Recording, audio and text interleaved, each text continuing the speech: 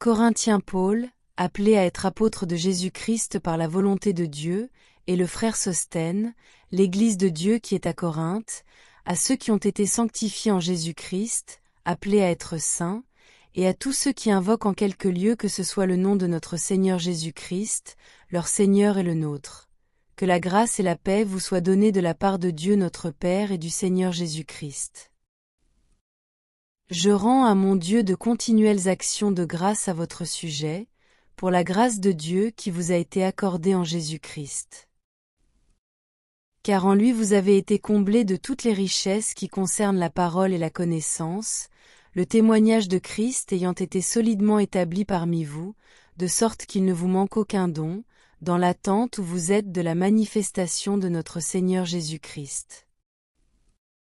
Il vous affermira aussi jusqu'à la fin, pour que vous soyez irréprochables au jour de notre Seigneur Jésus-Christ. Dieu est fidèle, lui qui vous a appelés à la communion de son Fils, Jésus-Christ notre Seigneur. Corinthiens, je vous exhorte, frères, par le nom de notre Seigneur Jésus-Christ, à tenir tous un même langage, et à ne point avoir de division parmi vous, mais à être parfaitement unis dans un même esprit et dans un même sentiment. Car, mes frères, j'ai appris à votre sujet, par les gens de Chloé, qu'il y a des disputes au milieu de vous. Je veux dire que chacun de vous parle ainsi, moi, je suis de Paul. Et moi, d'Apollo. Et moi, de Cépha. Et moi, de Christ. Christ est-il divisé? Paul a-t-il été crucifié pour vous, ou est-ce au nom de Paul que vous avez été baptisés? Je rends grâce à Dieu de ce que je n'ai baptisé aucun de vous, excepté Crispus et Gaius, afin que personne ne dise que vous avez été baptisés en mon nom. J'ai encore baptisé la famille de Stéphana, du reste, je ne sache pas que j'ai baptisé quelque autre personne. Ce n'est pas pour baptiser que Christ m'a envoyé, c'est pour annoncer l'Évangile, et cela sans la sagesse du langage, afin que la croix de Christ ne soit pas rendue vaine. Car la prédication de la croix est une folie pour ceux qui périssent, mais pour nous qui sommes sauvés, elle est une puissance de Dieu. Aussi est-il écrit, je détruirai la sagesse des sages, et j'anéantirai l'intelligence des intelligents. Où est le sage? Où est le scribe? Où est le disputeur de ce siècle? Dieu n'a-t-il pas convaincu de folie la sagesse du monde? Car puisque le monde, avec sa sagesse, n'a point connu Dieu dans la sagesse de Dieu, il a plu à Dieu de sauver les croyants par la folie de la prédication. Les Juifs demandent des miracles et les Grecs cherchent la sagesse. Nous prêchons Christ crucifié. Scandale pour les Juifs et folie pour les païens, mais puissance de Dieu et sagesse de Dieu pour ceux qui sont appelés, tant Juifs que Grecs. Car la folie de Dieu est plus sage que les hommes, et la faiblesse de Dieu est plus forte que les hommes. Considérez, frères, que parmi vous qui avez été appelés il n'y a ni beaucoup de sages selon la chair, ni beaucoup de puissants, ni beaucoup de nobles. Mais Dieu a choisi les choses folles du monde pour confondre les sages. Dieu a choisi les choses faibles du monde pour confondre les fortes.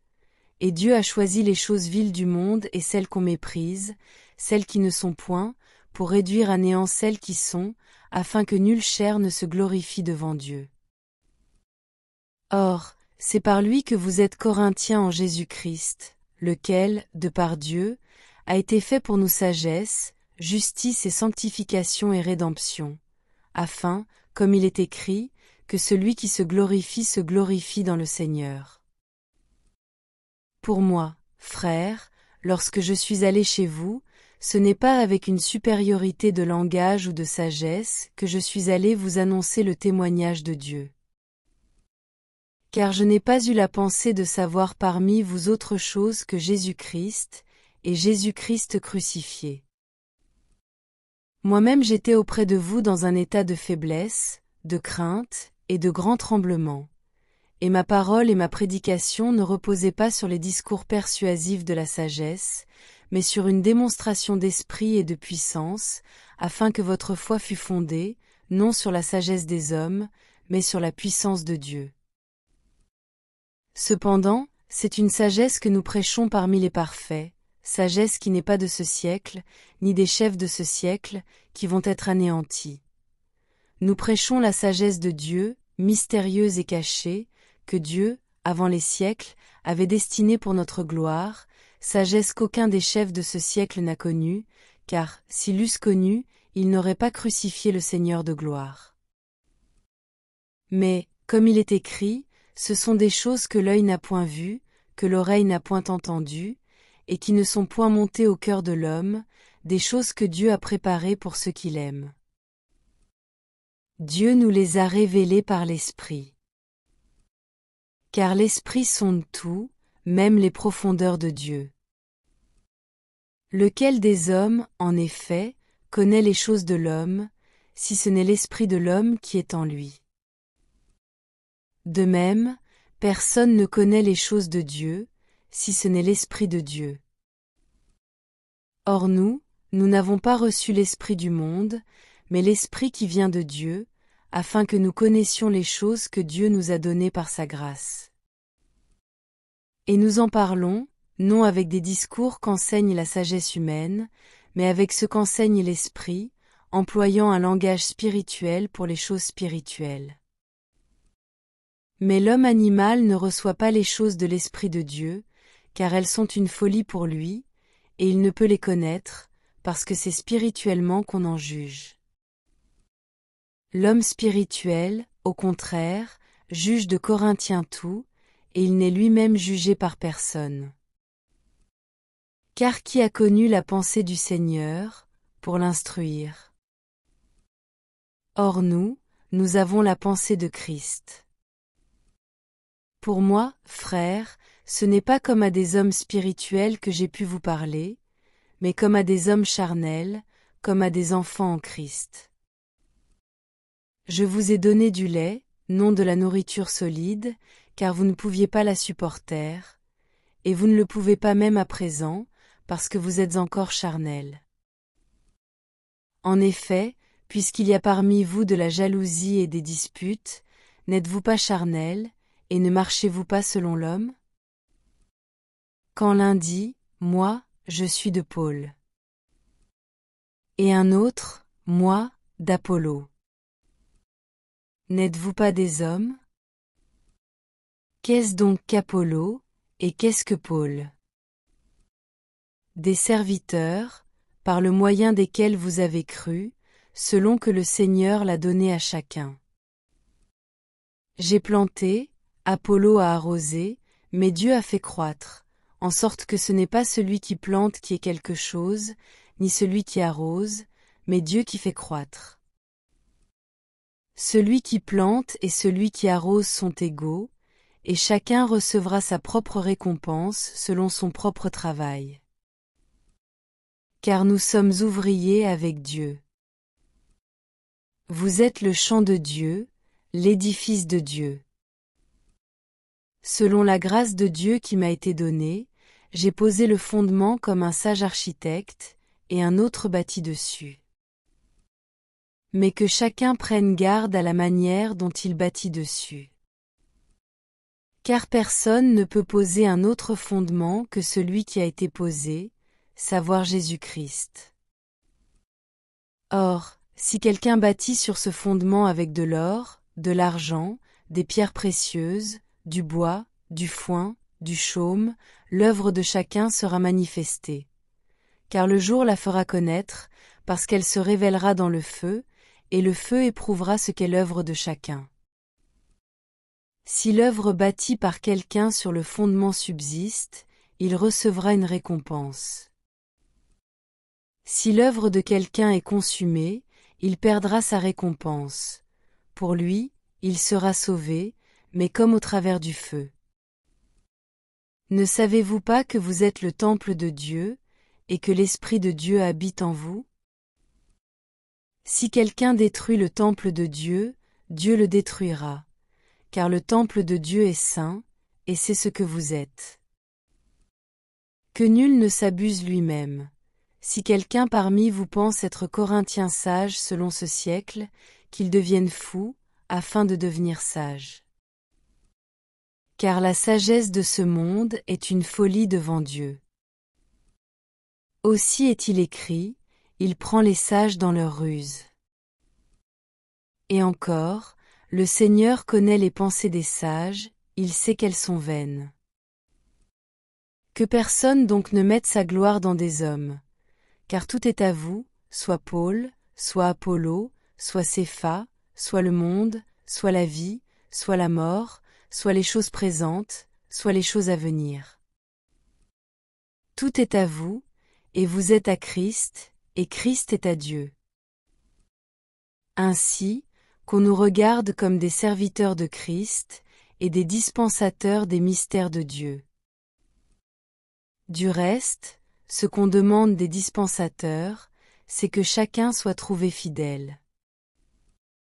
Pour moi, il m'importe fort peu d'être jugé par vous, ou par un tribunal humain. Je ne me juge pas non plus moi-même, car je ne me sens coupable de rien, mais ce n'est pas pour cela que je suis justifié. Celui qui me juge, c'est le Seigneur. C'est pourquoi ne jugez de rien avant le temps, jusqu'à ce que vienne le Seigneur, qui mettra en lumière ce qui est caché dans les ténèbres, et qui manifestera les desseins des cœurs. Alors chacun recevra de Dieu la louange qui lui sera due. C'est à cause de vous, frères, que j'ai fait de ces choses une application à ma personne et à celle d'Apollo, afin que vous appreniez en nos personnes à ne pas aller au-delà de ce qui est écrit, et que nul de vous ne conçoive de l'orgueil en faveur de l'un contre l'autre. Car qui est-ce qui te distingue? Que as-tu que tu n'aies reçu? Et si tu l'as reçu, pourquoi te glorifies-tu, comme si tu ne l'avais pas reçu? Déjà vous êtes rassasiés, déjà vous êtes riches, sans nous vous avez commencé à régner. Et puissiez-vous régner en effet, afin que nous aussi nous régnions avec vous. Car Dieu, ce me semble, a fait de nous, apôtres, les derniers des hommes, des condamnés à mort en quelque sorte, puisque nous avons été en spectacle au monde, aux anges et aux hommes. Nous sommes fous à cause de Christ, mais vous, vous êtes sages en Christ. Nous sommes faibles, mais vous êtes forts. Vous êtes honorés, et nous sommes méprisés. Jusqu'à cette heure, nous souffrons la faim, la soif, la nudité, nous sommes maltraités, errant çà et là. Nous nous fatiguons à travailler de nos propres mains, injuriés, nous bénissons, persécutés, nous Corinthiens supportons, calomniés, nous parlons avec bonté. Nous sommes devenus comme les balayures du monde, le rebut de tous, jusqu'à maintenant. Ce n'est pas pour vous faire honte que j'écris ces choses, mais je vous avertis comme mes enfants bien-aimés. Car, quand vous auriez 10 000 maîtres en Christ, vous n'avez cependant pas plusieurs pères, puisque c'est moi qui vous ai engendré en Jésus-Christ par l'Évangile.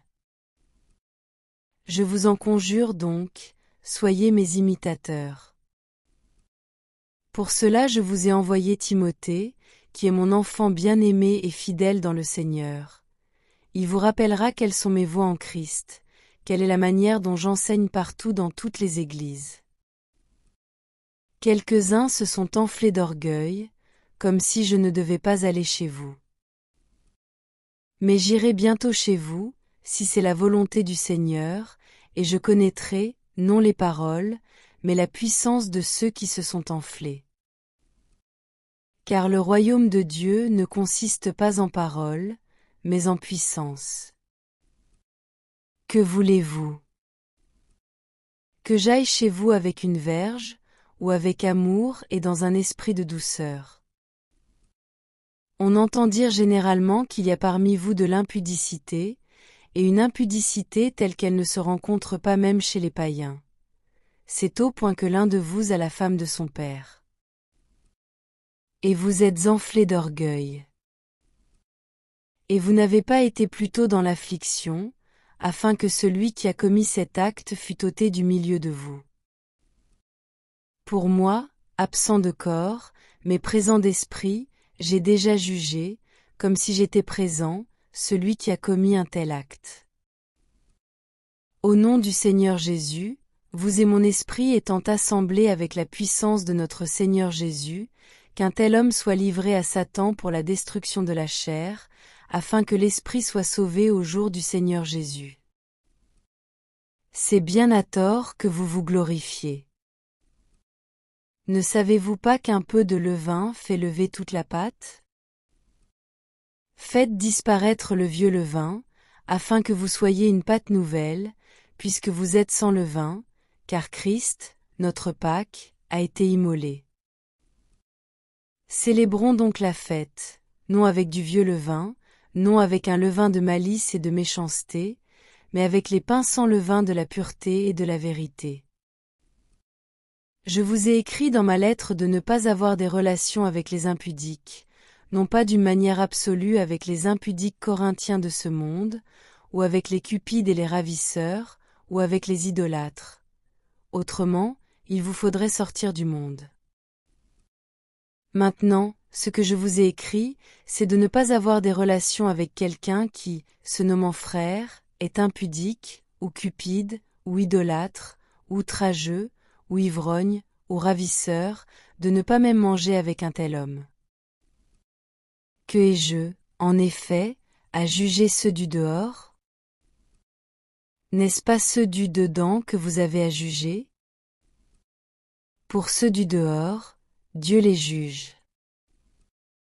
Ôtez le méchant du milieu de vous. Quelqu'un de vous, lorsqu'il a un différend avec un autre, ose-t-il plaider devant les injustes, et non devant les saints? Ne savez-vous pas que les saints jugeront le monde? Et si c'est par vous que le monde est jugé, êtes-vous indigne de rendre les moindres jugements? Ne savez-vous pas que nous jugerons les anges? Et nous ne jugerions pas, à plus forte raison, les choses de cette vie? Quand donc vous avez des différends pour les choses de cette vie, ce sont des gens dont l'Église ne fait aucun cas que vous prenez pour juges. Je le dis à votre honte. Ainsi il n'y a parmi vous pas un seul homme sage qui puisse prononcer entre ses frères. Mais un frère plaide contre un frère, et cela devant des infidèles. C'est déjà certes un défaut chez vous que d'avoir des procès les uns avec les autres. Pourquoi ne souffrez-vous pas plutôt quelque injustice? Pourquoi ne vous laissez-vous pas plutôt dépouiller? Mais c'est vous qui commettez l'injustice et qui dépouillez, et c'est envers des frères que vous agissez de la sorte. Ne savez-vous pas que les injustes n'hériteront point le royaume de Dieu? Ne vous y trompez pas, ni les impudiques, ni les idolâtres, ni les adultères, ni les efféminés, ni les infâmes, ni les voleurs, ni les cupides, ni les ivrognes, ni les outrageux, ni les ravisseurs, n'hériteront le royaume de Dieu. Et c'est là ce que vous étiez, quelques-uns de vous. Mais vous avez été lavés, mais vous avez été sanctifiés, mais vous avez été justifiés au nom du Seigneur Jésus-Christ, et par l'Esprit de notre Dieu. Tout m'est permis, mais tout n'est pas utile. Tout m'est permis, mais je ne me laisserai asservir par quoi que ce soit. Les aliments sont pour le ventre, et le ventre pour les aliments, et Dieu détruira l'un comme les autres. Mais le corps n'est pas pour l'impudicité. Il est pour le Seigneur, Corinthiens et le Seigneur pour le corps. Et Dieu, qui a ressuscité le Seigneur, nous ressuscitera aussi par sa puissance. Ne savez-vous pas que vos corps sont des membres de Christ? Prendrai-je donc les membres de Christ, pour en faire les membres d'une prostituée? Loin de là. Ne savez-vous pas que celui qui s'attache à la prostituée est un seul corps avec elle? Car, est-il dit, les deux deviendront une seule chair. Mais celui qui s'attache au Seigneur est avec lui un seul esprit. Fuyez l'impudicité. Quelque autre péché qu'un homme commette, ce péché est hors du corps. Mais celui qui se livre à l'impudicité pèche contre son propre corps. Ne savez-vous pas que votre corps est le temple du Saint-Esprit qui est en vous, que vous avez reçu de Dieu, et que vous ne vous appartenez point à vous-même? Car vous avez été rachetés à un grand prix. Glorifiez donc Dieu dans votre corps et dans votre esprit, qui appartiennent à Dieu. Pour ce qui concerne les choses dont vous m'avez écrit, je pense qu'il est bon pour l'homme de ne point toucher de femme. Toutefois, pour éviter l'impudicité, que chacun ait sa femme, et que chaque femme ait son mari. Que le mari rende à sa femme ce qu'il lui doit, et que la femme agisse de même envers son mari. La femme n'a pas autorité sur son propre corps, mais c'est le mari. Et pareillement, le mari n'a pas autorité sur son propre corps, mais c'est la femme. Ne vous privez point l'un de l'autre, si ce n'est d'un commun accord pour un temps, afin de vaquer à la prière. Puis retournez ensemble, de peur que Satan ne vous tente par votre incontinence. Je dis cela par condescendance, je n'en fais pas un ordre. Je voudrais que tous les hommes fussent comme moi. Mais chacun tient de Dieu un don particulier, l'un d'une manière, l'autre d'une autre. À ceux qui ne sont pas mariés et aux veuves, je dis qu'il leur est bon de rester comme moi. Mais s'ils manquent de continence, qu'ils se marient, car il vaut mieux se marier que de brûler. À ceux qui sont mariés, j'ordonne, non pas moi, mais le Seigneur, que la femme ne se sépare point de son mari si elle est séparée, qu'elle demeure sans se marier ou qu'elle se réconcilie avec son mari, et que le Corinthien mari ne répudie point sa femme. Aux autres, ce n'est pas le Seigneur, c'est moi qui dis. Si un frère a une femme non croyante, et qu'elle consente à habiter avec lui, qu'il ne la répudie point. Et si une femme a un mari non croyant, et qu'il consente à habiter avec elle, qu'elle ne répudie point son mari. Car le mari non croyant est sanctifié par la femme, et la femme non croyante est sanctifiée par le frère. Autrement, vos enfants seraient impurs, tandis que maintenant ils sont saints. Si le non-croyant se sépare, qu'il se sépare. Le frère ou la sœur ne sont pas liés dans ces cas-là. Dieu nous a appelés à vivre en paix. Car que sais-tu, femme, si tu sauveras ton mari? Ou que sais-tu, mari, si tu sauveras ta femme? Seulement, que chacun marche selon la part que le Seigneur lui a faite, selon l'appel qu'il a reçu de Dieu. C'est ainsi que je l'ordonne dans toutes les églises. Quelqu'un a-t-il été appelé étant circoncis, qu'il demeure circoncis? Quelqu'un a-t-il été appelé étant incirconcis, qu'il ne se fasse pas circoncire? La circoncision n'est rien, et l'incirconcision n'est rien, mais l'observation des commandements de Dieu est tout. Que chacun demeure dans l'état où il était lorsqu'il a été appelé. As-tu été appelé étant esclave, ne t'en inquiète pas, mais si tu peux devenir libre, profite-en plutôt. Car l'esclave qui a été appelé dans le Seigneur est un affranchi du Seigneur. De même, l'homme libre qui a été appelé est un esclave de Christ.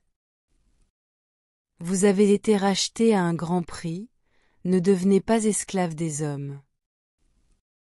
Que chacun, frère, demeure devant Dieu dans l'état où il était lorsqu'il a été appelé. Pour ce qui est des vierges, je n'ai point d'ordre du Seigneur, mais je donne un avis, comme ayant reçu du Seigneur miséricorde pour être fidèle. Voici donc ce que j'estime bon, à cause des temps difficiles qui s'approchent, il est bon à un homme d'être ainsi. Es-tu lié à une femme, ne cherche pas à rompre ce lien. N'es-tu pas lié à une femme, ne cherche pas une femme. Si tu t'es marié, tu n'as point péché, et si la Vierge s'est mariée, elle n'a point péché. Mais ces personnes auront des tribulations dans la chair, et je voudrais vous les épargner. Voici ce que je dis, frères, c'est que le temps est court, que désormais ceux qui ont des femmes soient comme n'en ayant pas, ceux qui pleurent comme ne pleurant pas, ceux qui se réjouissent comme ne se réjouissant pas, ceux Corinthiens qui achètent comme ne possédant pas, et ceux qui usent du monde comme n'en usant pas, car la figure de ce monde passe. Or, je voudrais que vous fussiez sans inquiétude. Celui qui n'est pas marié s'inquiète des choses du Seigneur, des moyens de plaire au Seigneur. Et celui qui est marié s'inquiète des choses du monde, des moyens de plaire à sa femme. Il y a de même une différence entre la femme et la Vierge. Celle qui n'est pas mariée s'inquiète des choses du Seigneur, afin d'être sainte de corps et d'esprit. Et celle qui est mariée s'inquiète des choses du monde, des moyens de plaire à son mari. Je dis cela dans votre intérêt. Ce n'est pas pour vous prendre au piège, c'est pour vous porter à ce qui est bienséant et propre à vous attacher au Seigneur sans distraction. Si quelqu'un regarde comme déshonorant pour sa fille de dépasser l'âge nubile, et comme nécessaire de la marier, qu'il fasse ce qu'il veut, il ne pêche point, qu'on se marie. Mais celui qui a pris une ferme résolution, sans contrainte et avec l'exercice de sa propre volonté, et qui a décidé en son cœur de garder sa fille vierge, celui-là fait bien. Ainsi, celui qui marie sa fille fait bien, et celui qui ne la marie pas fait mieux. Une femme est liée aussi longtemps que son mari est vivant. Mais si le mari meurt, elle est libre de se marier à qui elle veut. Seulement, que ce soit dans le Seigneur. Elle est plus heureuse, néanmoins, si elle demeure comme elle est, suivant mon avis. Et moi aussi, je crois avoir l'Esprit de Dieu. Pour ce qui concerne les viandes sacrifiées aux idoles, nous savons que nous avons tous la connaissance. La connaissance enfle, mais la charité édifie. Si quelqu'un croit savoir quelque chose, il n'a pas encore connu comme il faut connaître. Mais si quelqu'un aime Dieu, celui-là est connu de lui. Pour ce qui est donc de manger des viandes sacrifiées aux idoles, nous savons qu'il n'y a point d'idole dans le monde, et qu'il n'y a qu'un seul Dieu. Car, s'il est des êtres qui sont appelés dieux, soit dans le ciel, soit sur la terre, comme il existe réellement plusieurs dieux et plusieurs seigneurs, néanmoins pour nous il n'y a qu'un seul Dieu, le Père, de qui viennent toutes choses et pour qui nous sommes, et un seul Seigneur, Corinthiens Jésus-Christ, par qui sont toutes choses et par qui nous sommes. Mais cette connaissance n'est pas chez tous. Quelques-uns, d'après la manière dont ils envisagent encore l'idole, mangent de ces viandes comme étant sacrifiées aux idoles, et leur conscience, qui est faible, en est souillée. Ce n'est pas un aliment qui nous rapproche de Dieu. Si nous en mangeons, nous n'avons rien de plus. Si nous n'en mangeons pas, nous n'avons rien de moins. Prenez garde, toutefois, que votre liberté ne devienne une pierre d'achoppement pour les faibles. Car, si quelqu'un te voit, toi qui as de la connaissance, assis à table dans un temple d'idoles, sa conscience, à lui qui est faible, ne le portera-t-elle pas à manger des viandes sacrifiées aux idoles? Et ainsi le faible périra par ta connaissance, le frère pour lequel Christ est mort. En péchant de la sorte contre les frères, et en blessant leur conscience faible, vous péchez contre Christ. C'est pourquoi, si un aliment scandalise mon frère, je ne mangerai jamais de viande, afin de ne pas scandaliser mon frère. Ne suis-je pas libre? Ne suis-je pas apôtre? N'ai-je pas vu Jésus notre Seigneur? N'êtes-vous pas mon œuvre dans le Seigneur? Si pour d'autres je ne suis pas apôtre, je le suis au moins pour vous, car vous êtes le sceau de mon apostolat dans le Seigneur. C'est là ma défense contre ceux qui m'accusent. N'avons-nous pas le droit de manger et de boire? N'avons-nous pas le droit de mener avec nous une sœur qui soit notre femme, comme font les autres apôtres, et les frères du Seigneur, et Cépha? Ou bien, est-ce que moi seul et Barnabas, nous n'avons pas le droit de ne point travailler? Qui jamais fait le service militaire à ses propres frais? Qui est-ce qui plante une vigne, et n'en mange pas le fruit? Qui est-ce qui fait paître un troupeau, et ne se nourrit pas du lait du troupeau? Ces choses que je dis, n'existent-elles que dans les usages des hommes? La loi ne les dit-elle pas aussi? Car il est écrit dans la loi de Moïse, tu n'emmuselleras point le bœuf quand il foule le grain. Dieu se met-il en peine des bœufs, ou parle-t-il uniquement à cause de nous? Oui, c'est à cause de nous qu'il a été écrit que celui qui laboure doit labourer avec espérance, et celui qui foule le grain foulé avec l'espérance dit Corinthiens avoir part. Si nous avons semé parmi vous les biens spirituels, est-ce une grosse affaire si nous moissonnons vos biens temporels? Si d'autres jouissent de ce droit sur vous, n'est-ce pas plutôt à nous d'en jouir? Mais nous n'avons point usé de ce droit. Au contraire, nous souffrons tout, afin de ne pas créer d'obstacle à l'évangile de Christ. Ne savez-vous pas que ceux qui remplissent les fonctions sacrées sont nourris par le temple, que ceux qui servent à l'autel ont part à l'autel? De même aussi, le Seigneur a ordonné à ceux qui annoncent l'Évangile de vivre de l'Évangile.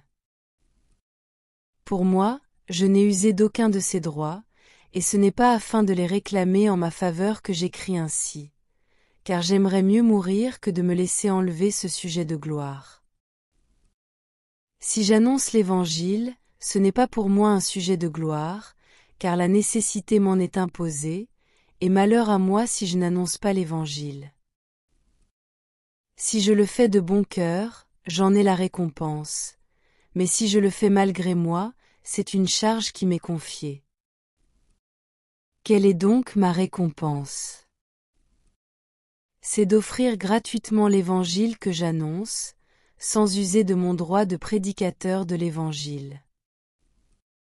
Car, bien que je sois libre à l'égard de tous, je me suis rendu le serviteur de tous, afin de gagner le plus grand nombre. Avec les Juifs, j'ai été comme Juif, afin de gagner les Juifs. Avec ceux qui sont sous la loi, comme sous la loi quoique je ne sois pas moi-même sous la loi, afin de gagner ceux qui sont sous la loi. Avec ceux qui sont sans loi, comme sans loi quoique je ne sois point sans la loi de Dieu, étant sous la loi de Christ, afin de gagner ceux qui sont sans loi. J'ai été faible avec les faibles, afin de gagner les faibles. Je me suis fait tout à tous, afin d'en sauver de toute manière quelques-uns. Je fais tout à cause de l'Évangile, afin d'y avoir part. Ne savez-vous pas que ceux qui courent dans le stade courent tous, mais qu'un seul remporte le prix? Courez de manière à le remporter. Tous ceux qui combattent s'imposent toute espèce d'abstinence, et ils le font pour obtenir une couronne corruptible. Mais nous, faisons-le pour une couronne incorruptible. Moi donc, je cours, non pas comme à l'aventure. Je frappe, non pas comme battant l'air. Mais je traite durement mon corps et je le tiens assujetti, de peur d'être moi-même rejeté, après avoir prêché aux autres.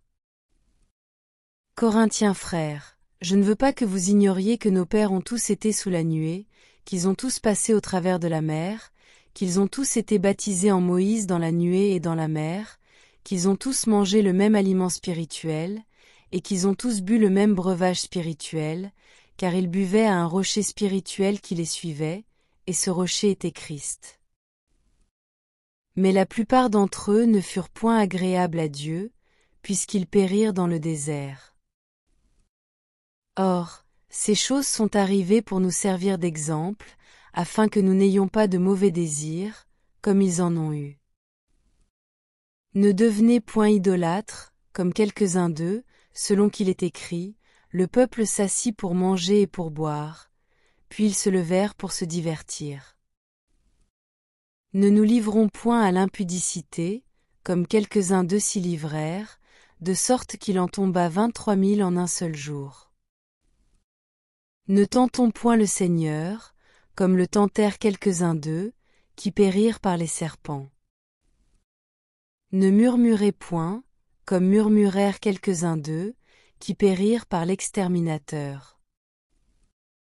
Ces choses leur sont arrivées pour servir d'exemple, et elles ont été écrites pour notre instruction, à nous qui sommes parvenus à la fin des siècles.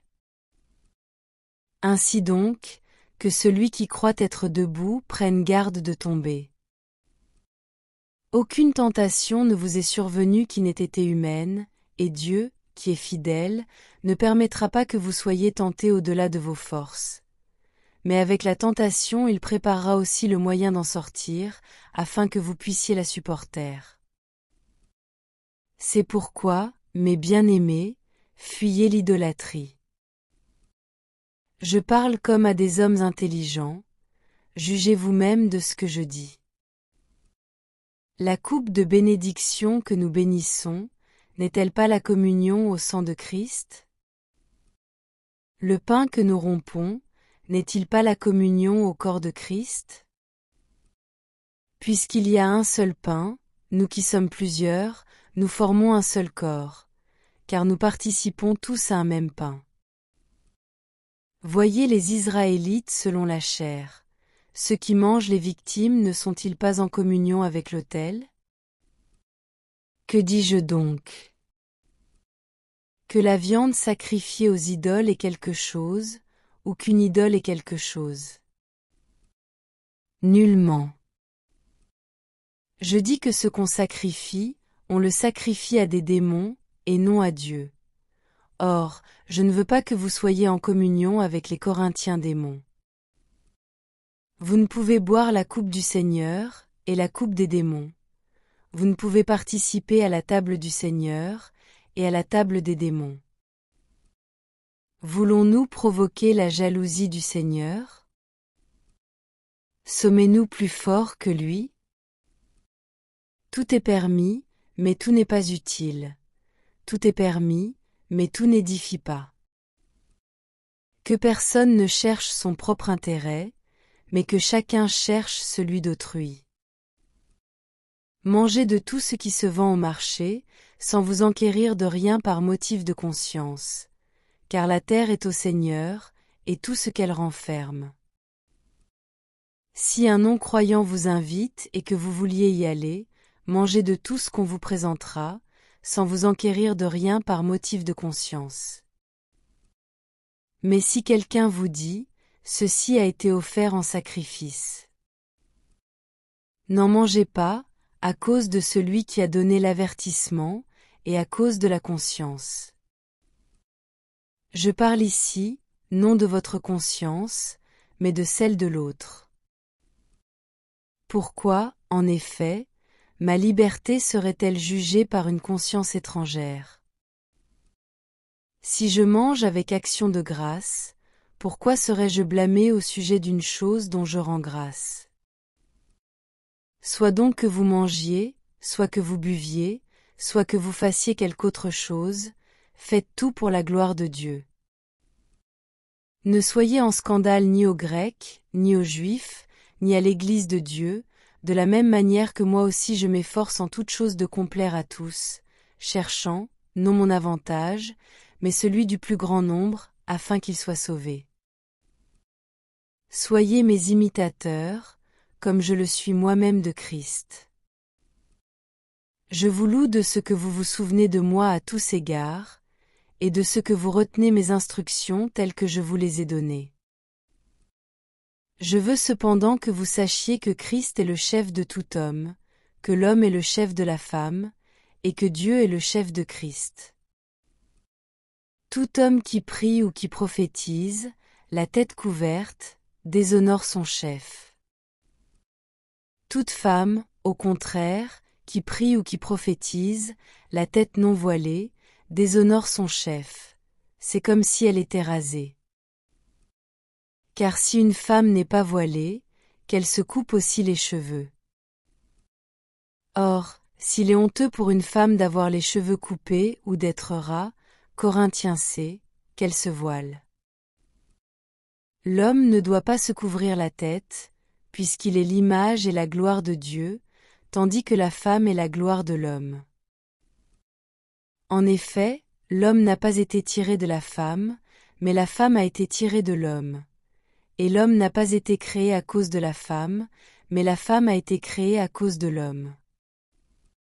C'est pourquoi la femme, à cause des anges, doit avoir sur la tête une marque de l'autorité dont elle dépend. Toutefois, dans le Seigneur, la femme n'est point sans l'homme, ni l'homme sans la femme. Car, de même que la femme a été tirée de l'homme, de même l'homme existe par la femme, et tout vient de Dieu. Jugez en vous-même. Est-il convenable qu'une femme prie Dieu sans être voilée? La nature elle-même ne vous enseigne-t-elle pas que c'est une honte pour l'homme de porter de longs cheveux, mais que c'est une gloire pour la femme d'en porter, parce que la chevelure lui a été donnée comme voile? Si quelqu'un se plaît à contester, nous n'avons pas cette habitude, non plus que les églises de Dieu. En donnant cet avertissement, ce que je ne loue point, c'est que vous vous assemblez, non pour devenir meilleur, mais pour devenir pire. Et d'abord, j'apprends que, lorsque vous vous réunissez en assemblée, il y a parmi vous des divisions, et je le crois en partie, car il faut qu'il y ait aussi des sectes parmi vous, afin que ceux qui sont approuvés soient reconnus comme tels au milieu de vous. Lors donc que vous vous réunissez, ce n'est pas pour manger le repas du Seigneur. Car, quand on se met à table, chacun commence par prendre son propre repas, et l'un a faim, tandis que l'autre est ivre. N'avez-vous pas des maisons pour y manger et boire? Ou méprisez-vous l'Église de Dieu, et faites-vous honte à ceux qui n'ont rien? Que vous dirai-je? Vous louerai-je? En cela je ne vous loue point. Car j'ai reçu du Seigneur ce que je vous ai enseigné. C'est que le Seigneur Jésus, dans la nuit où il fut livré, prit du pain, et, après avoir rendu grâce, le rompit, et dit, « Ceci est mon corps, qui est rompu pour vous. Faites ceci en mémoire de moi. » De même, après avoir soupé, il prit la coupe, et dit, « Cette coupe est la nouvelle alliance en mon sang. Faites ceci en mémoire de moi toutes les fois que vous en boirez. Car toutes les fois que vous mangez ce pain et que vous buvez cette coupe, vous annoncez la mort du Seigneur, jusqu'à ce qu'il vienne. » Corinthiens, c'est pourquoi celui qui mangera le pain ou boira la coupe du Seigneur indignement, sera coupable envers le corps et le sang du Seigneur. Que chacun donc s'éprouve soi-même, et qu'ainsi il mange du pain et boive de la coupe. Car celui qui mange et boit sans discerner le corps du Seigneur, mange et boit un jugement contre lui-même. C'est pour cela qu'il y a parmi vous beaucoup d'infirmes et de malades, et qu'un grand nombre sont morts. Si nous nous jugions nous-mêmes, nous ne serions pas jugés. Mais quand nous sommes jugés, nous sommes châtiés par le Seigneur, afin que nous ne soyons pas condamnés avec le monde. Ainsi, mes frères, lorsque vous vous réunissez pour le repas, attendez-vous les uns les autres. Si quelqu'un a faim, qu'il mange chez lui, afin que vous ne vous réunissiez pas pour attirer un jugement sur vous. Je réglerai les autres choses quand je serai arrivé. Pour ce qui concerne les dons spirituels, je ne veux pas, frères, que vous soyez dans l'ignorance. Vous savez que, lorsque vous étiez païens, vous vous laissiez entraîner vers les idoles muettes, selon que vous étiez conduits. C'est pourquoi je vous déclare que nul, s'il parle par l'Esprit de Dieu, ne dit « Jésus est anathème ». Et que nul ne peut dire « Jésus est le Seigneur », si ce n'est par le Saint-Esprit.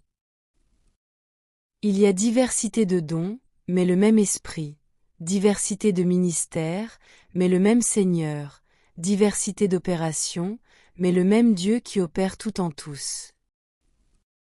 Or, à chacun la manifestation de l'Esprit est donnée pour l'utilité commune.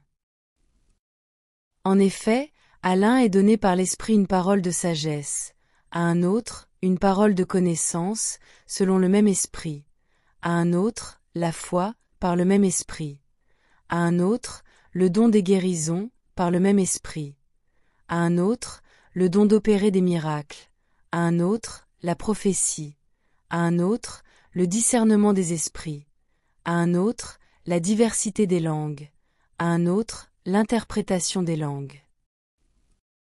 Un seul et même Esprit opère toutes ces choses, les distribuant à chacun en particulier comme il veut. Car, comme le corps est un et a plusieurs membres, et comme tous les membres du corps, malgré leur nombre, ne forment qu'un seul corps, ainsi en est-il de Christ. Nous avons tous, en effet, été baptisés dans un Corinthien seul esprit, pour former un seul corps, soit juif, soit grec, soit esclave, soit libre, et nous avons tous été abreuvés d'un seul esprit. Ainsi le corps n'est pas un seul membre, mais il est formé de plusieurs membres. Si le pied disait « Parce que je ne suis pas une main, je ne suis pas du corps », ne serait-il pas du corps pour cela? Et si l'oreille disait « Parce que je ne suis pas un œil, je ne suis pas du corps », ne serait-elle pas du corps pour cela? Si tout le corps était œil, où serait l'ouïe? S'il était tout ouïe, où serait l'odorat? Maintenant Dieu a placé chacun des membres dans le corps comme il a voulu. Si tous étaient un seul membre, où serait le corps? Maintenant donc il y a plusieurs membres, et un seul corps. L'œil ne peut pas dire à la main, « Je n'ai pas besoin de toi », ni la tête dire aux pieds, « Je n'ai pas besoin de vous ». Mais bien plutôt, les membres du corps qui paraissent être les plus faibles sont nécessaires. Et ceux que nous estimons être les moins honorables du corps, nous les entourons d'un plus grand honneur. Ainsi nos membres les moins honnêtes reçoivent le plus d'honneur, tandis que ceux qui sont honnêtes n'en ont pas besoin. Dieu a disposé le corps de manière à donner plus d'honneur à ceux qui en manquaient, afin qu'il n'y ait pas de division dans le corps, mais que les membres aient également soin les uns des autres. Et si un membre souffre, tous les membres souffrent avec lui. Si un membre est honoré, tous les membres se réjouissent avec lui. Vous êtes le corps de Christ, et vous êtes ses membres, chacun pour sa part. Et Dieu a établi dans l'Église premièrement des apôtres, secondement des prophètes, troisièmement des docteurs, ensuite ceux qui ont le don des miracles, puis ceux qui ont les dons de guérir, de secourir, de gouverner, de parler diverses langues. Tous sont-ils apôtres? Tous sont-ils prophètes? Tous sont-ils docteurs? Tous ont-ils le don des miracles? Tous ont-ils le don des guérisons? Tous parlent-ils en langue?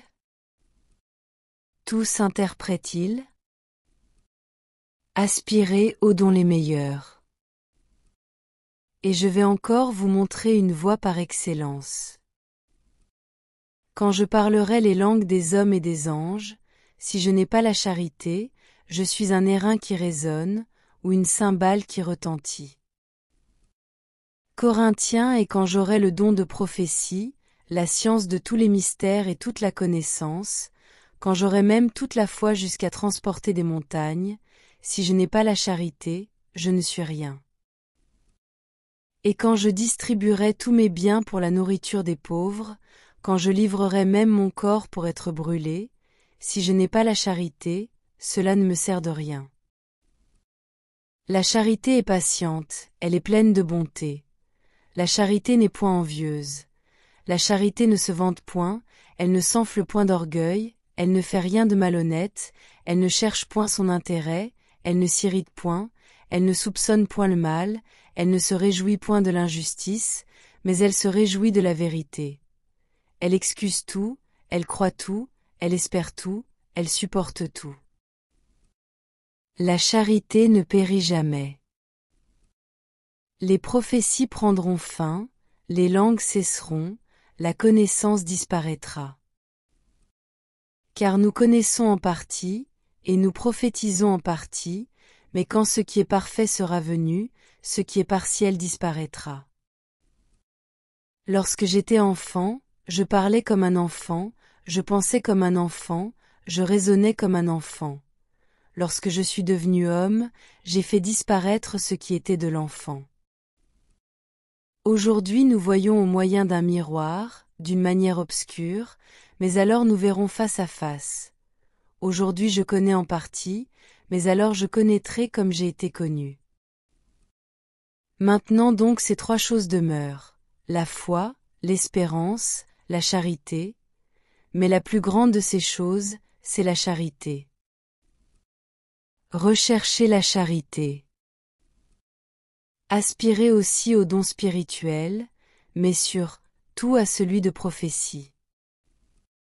En effet, celui qui parle en langue ne parle pas aux hommes, mais à Dieu, car personne ne le comprend, et c'est en esprit qu'il dit des mystères. Celui qui prophétise, au contraire, parle aux hommes, les édifie, les exhorte, les console. Celui qui parle en langue s'édifie lui-même.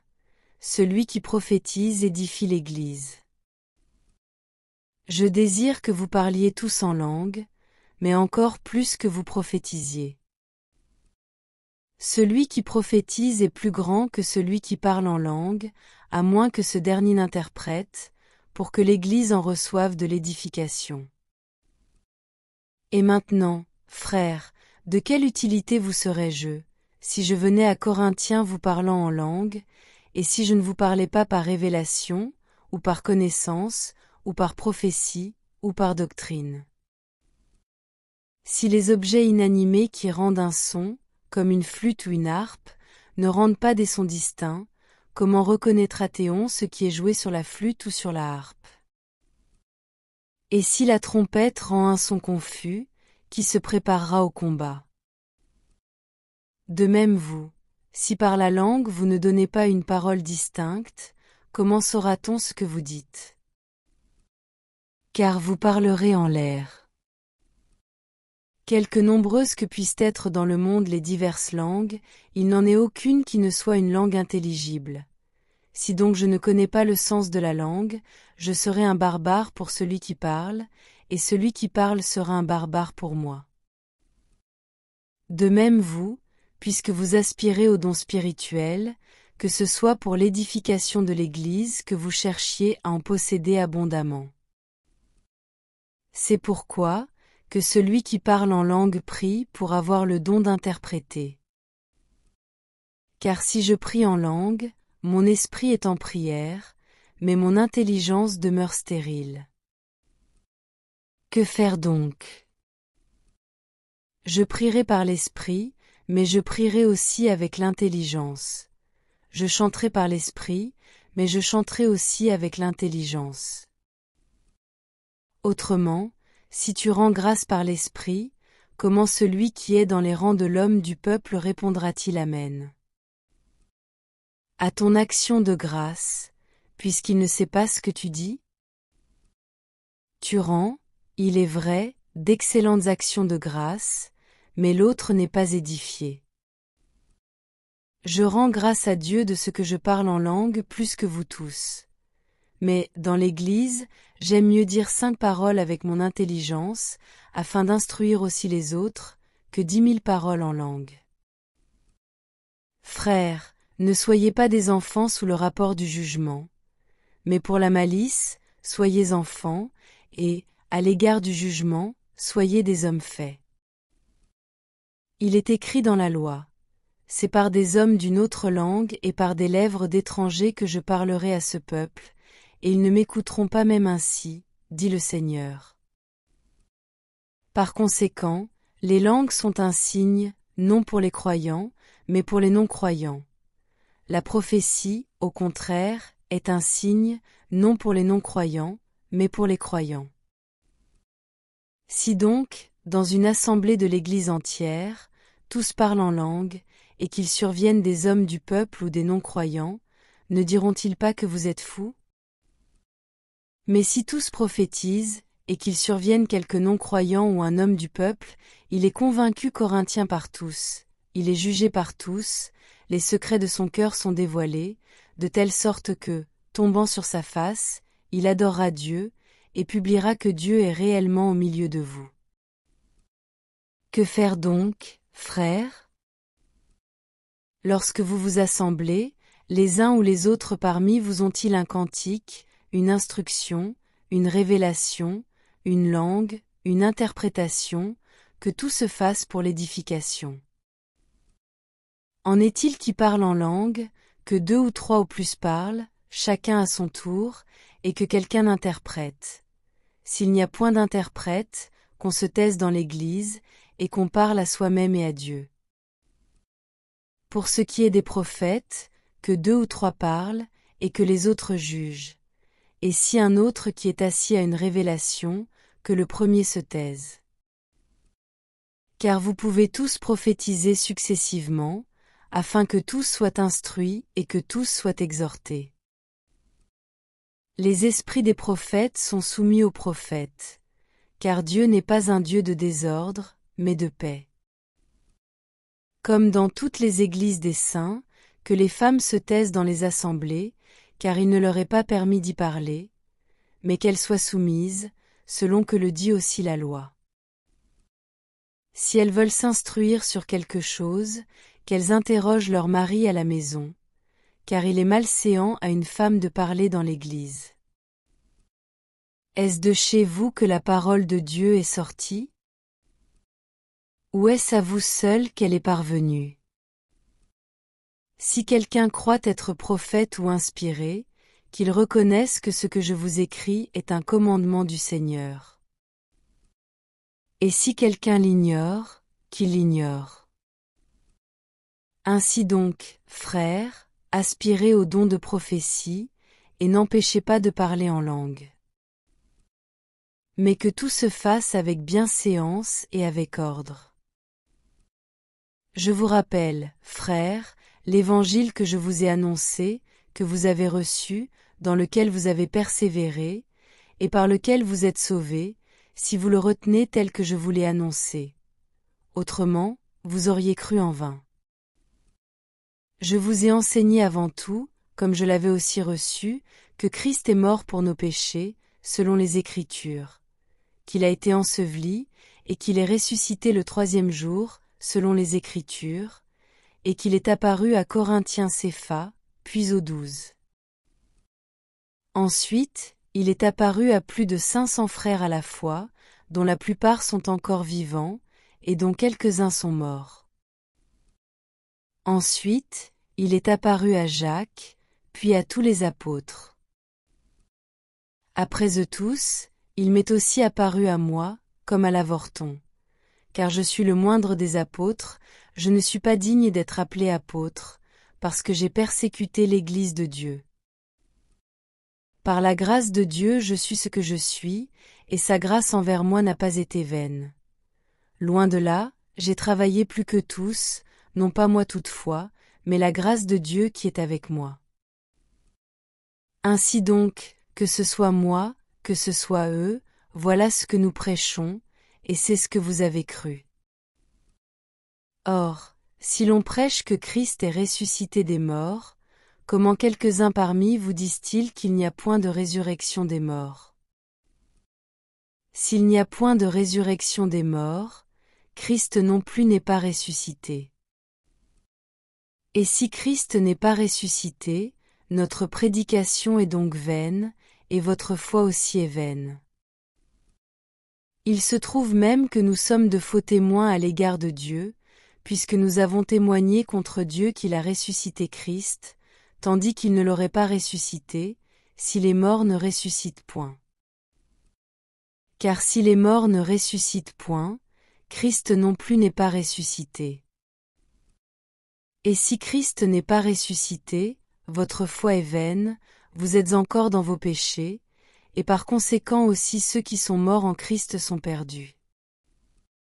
Si c'est dans cette vie seulement que nous espérons en Christ, nous sommes les plus malheureux de tous les hommes. Mais maintenant, Christ est ressuscité des morts, il est les prémices de ceux qui sont morts. Car, puisque la mort est venue par un homme, c'est aussi par un homme qu'est venue la résurrection des morts. Et comme tous meurent en Adam, de même aussi tous revivront en Christ, mais chacun en son rang. Christ comme prémisse, puis ceux qui appartiennent à Christ, lors de son avènement. Ensuite viendra la fin, quand il remettra le royaume à celui qui est Dieu et Père, après avoir détruit toute domination, toute autorité et toute puissance. Car il faut qu'il règne jusqu'à ce qu'il ait mis tous les ennemis sous ses pieds. Le dernier ennemi qui sera détruit, c'est la mort. Dieu, en effet, a tout mis sous ses pieds. Mais lorsqu'il dit que tout lui a été soumis, il est évident que celui qui lui a soumis toute chose est excepté. Et lorsque toutes choses lui auront Corinthiens été soumises, alors le Fils lui-même sera soumis à celui qui lui a soumis toutes choses, afin que Dieu soit tout en tous. Autrement, que feraient ceux qui se font baptiser pour les morts? Si les morts ne ressuscitent absolument pas, pourquoi se font-ils baptiser pour eux? Et nous, pourquoi sommes-nous à toute heure en péril? Chaque jour je suis exposé à la mort, je l'atteste, frères, par la gloire dont vous êtes pour moi le sujet, en Jésus-Christ notre Seigneur. Si c'est dans des vues humaines que j'ai combattu contre les bêtes à Éphèse, quel avantage m'en revient-il? Si les morts ne ressuscitent pas, mangeons et buvons, car demain nous mourrons. Ne vous y trompez pas, les mauvaises compagnies corrompent les bonnes mœurs. Revenez à vous-même, comme il est convenable, et ne péchez point. Car quelques-uns ne connaissent pas Dieu, je le dis à votre honte. Mais quelqu'un dira, comment les morts ressuscitent-ils, et avec quel corps reviennent-ils? Insensé. Ce que tu sèmes ne reprend point vie, s'il ne meurt. Et ce que tu sèmes, ce n'est pas le corps qui naîtra. C'est un simple grain, de blé peut-être, ou de quelque autre semence. Puis Dieu lui donne un corps comme il lui plaît, et à chaque semence il donne un corps qui lui est propre. Toute chair n'est pas la même chair, mais autre est la chair des hommes, autre celle des quadrupèdes, autre celle des oiseaux, autre celle des poissons. Il y a aussi des corps célestes et des corps terrestres, mais autre est l'éclat des corps célestes, autre celui des corps terrestres. Autre est l'éclat du soleil, autre l'éclat de la lune, et autre l'éclat des étoiles. Même une étoile d'hier en éclat d'une autre étoile. Ainsi en est-il de la résurrection des morts. Le corps est semé corruptible, il ressuscite incorruptible, il est semé méprisable, il ressuscite glorieux. Il est semé infirme, il ressuscite plein de force. Il est semé corps animal, il ressuscite corps spirituel. S'il y a un corps animal, il y a aussi un corps spirituel. C'est pourquoi il est écrit, le premier homme, Adam, devint une âme vivante. Le dernier Adam est devenu un esprit vivifiant. Mais ce qui est spirituel n'est pas le premier, c'est ce qui est animal. Ce qui est spirituel vient ensuite. Le premier homme, tiré de la terre, est terrestre, le second homme est du ciel. Tel est le terrestre, tels sont aussi les terrestres, et tel est le céleste, tels sont aussi les célestes. Corinthiens, et de même que nous avons porté l'image du terrestre, nous porterons aussi l'image du céleste. Ce que je dis, frères, c'est que la chair et le sang ne peuvent hériter le royaume de Dieu, et que la corruption n'hérite pas l'incorruptibilité. Voici, je vous dis un mystère, nous ne mourrons pas tous, mais tous nous serons changés, en un instant, en un clin d'œil, à la dernière trompette. La trompette sonnera, et les morts ressusciteront incorruptibles, et nous serons changés. Car il faut que ce corps corruptible revête l'incorruptibilité, et que ce corps mortel revête l'immortalité. Lorsque ce corps corruptible aura revêtu l'incorruptibilité, et que ce corps mortel aura revêtu l'immortalité, alors s'accomplira la parole qui est écrite. La mort a été engloutie dans la victoire. Ô mort, où est ta victoire? Ô mort, où est ton aiguillon? L'aiguillon de la mort, c'est le péché, et la puissance du péché, c'est la loi. Mais grâce soit rendue à Dieu, qui nous donne la victoire par notre Seigneur Jésus-Christ. Ainsi, mes frères bien-aimés, soyez fermes, inébranlables, travaillant de mieux en mieux à l'œuvre du Seigneur, sachant que votre travail ne sera pas vain dans le Seigneur. Pour ce qui concerne la collecte en faveur des saints, agissez, vous aussi, comme je l'ai ordonné aux églises de la Galatie. Que chacun de vous, le premier jour de la semaine, mette à part chez lui ce qu'il pourra, selon sa prospérité, afin qu'on n'attende pas mon arrivée pour recueillir les dons. Et quand je serai venu, j'enverrai avec des lettres, pour porter vos libéralités à Jérusalem, les personnes que vous aurez approuvées. Si la chose mérite que j'y aille moi-même, elles feront le voyage avec moi. J'irai chez vous quand j'aurai traversé la Macédoine, car je traverserai la Macédoine. Peut-être séjournerai-je auprès de vous, ou même y passerai-je l'hiver, afin que vous m'accompagniez là où je me rendrai. Je ne veux pas cette fois vous voir en passant, mais j'espère demeurer quelque temps auprès de vous, si le Seigneur le permet. Je resterai néanmoins à Éphèse jusqu'à la Pentecôte, car une porte grande et d'un accès efficace m'est ouverte, et les adversaires sont nombreux. Si Timothée arrive, faites en sorte qu'il soit sans crainte parmi vous, Corinthiens, car il travaille comme moi à l'œuvre du Seigneur. Que personne donc ne le méprise. Accompagnez-le en paix, afin qu'il vienne vers moi, car je l'attends avec les frères. Pour ce qui est du frère Apollo, je l'ai beaucoup exhorté à se rendre chez vous avec les frères, mais ce n'était décidément pas sa volonté de le faire maintenant. Il partira quand il en aura l'occasion. Veillez, demeurez fermes dans la foi, soyez des hommes, fortifiez-vous. Que tout ce que vous faites se fasse avec charité. Encore une recommandation que je vous adresse, frères. Vous savez que la famille de Stéphana est les prémices de l'Achaïe, et qu'elle s'est dévouée au service des saints. Ayez vous aussi de la déférence pour de tels hommes, et pour tous ceux qui travaillent à la même œuvre. Je me réjouis de la présence de Stéphana, de Fortunatus et d'Achaïcu.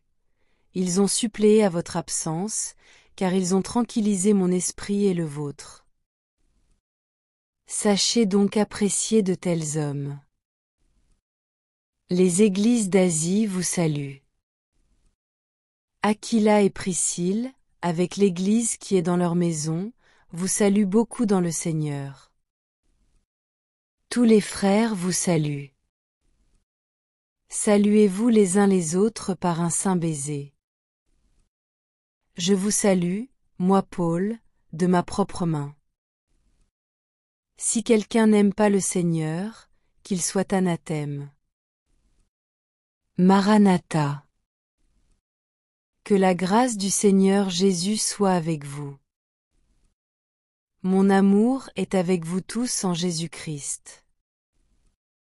Corinthien Paul, apôtre de Jésus-Christ par la volonté de Dieu, et le frère Timothée, à l'Église de Dieu qui est à Corinthe, et à tous les saints qui sont dans toute l'Achaïe. Que la grâce et la paix vous soient données de la part de Dieu notre Père et du Seigneur Jésus-Christ. Béni soit Dieu, le Père de notre Seigneur Jésus-Christ, le Père des miséricordes et le Dieu de toute consolation, qui nous console dans toutes nos afflictions, afin que, par la consolation dont nous sommes l'objet de la part de Dieu, nous puissions consoler ceux qui se trouvent dans quelque affliction.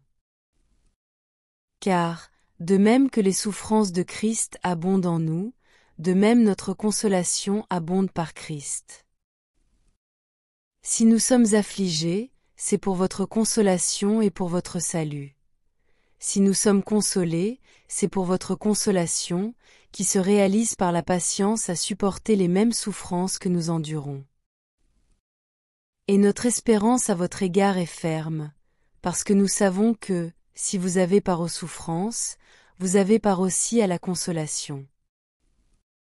Nous ne voulons pas, en effet, vous laisser ignorer, frères, au sujet de Corinthiens la tribulation qui nous est survenue en Asie, que nous avons été excessivement accablés, au-delà de nos forces, de telle sorte que nous désespérions même de conserver la vie. Et nous regardions comme certains notre arrêt de mort, afin de ne pas placer notre confiance en nous-mêmes, mais de la placer en Dieu, qui ressuscite les morts.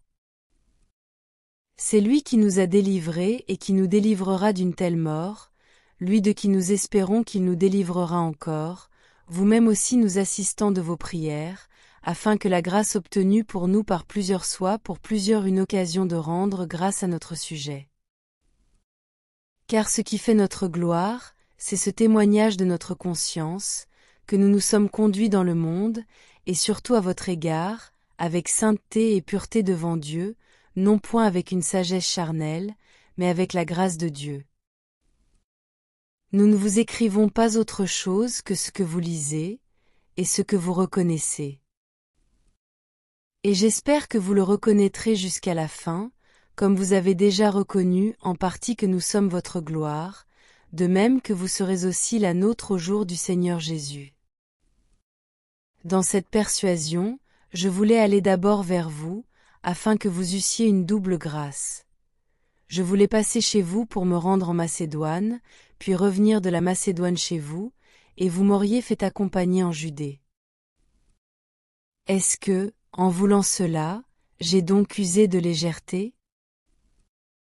Ou bien, mes résolutions sont-elles des résolutions selon la chair, de sorte qu'il y ait en moi le oui et le non? Aussi vrai que Dieu est fidèle, la parole que nous vous avons adressée n'a pas été oui et non. Car le Fils de Dieu, Jésus-Christ, qui a été prêché par nous au milieu de vous, par moi, et par Sylvain, et par Timothée, n'a pas été oui et non, mais c'est oui qui a été en lui. Car, pour ce qui concerne toutes les promesses de Dieu, c'est en lui qu'est le oui. C'est pourquoi encore l'amen par lui est prononcé par nous à la gloire de Dieu.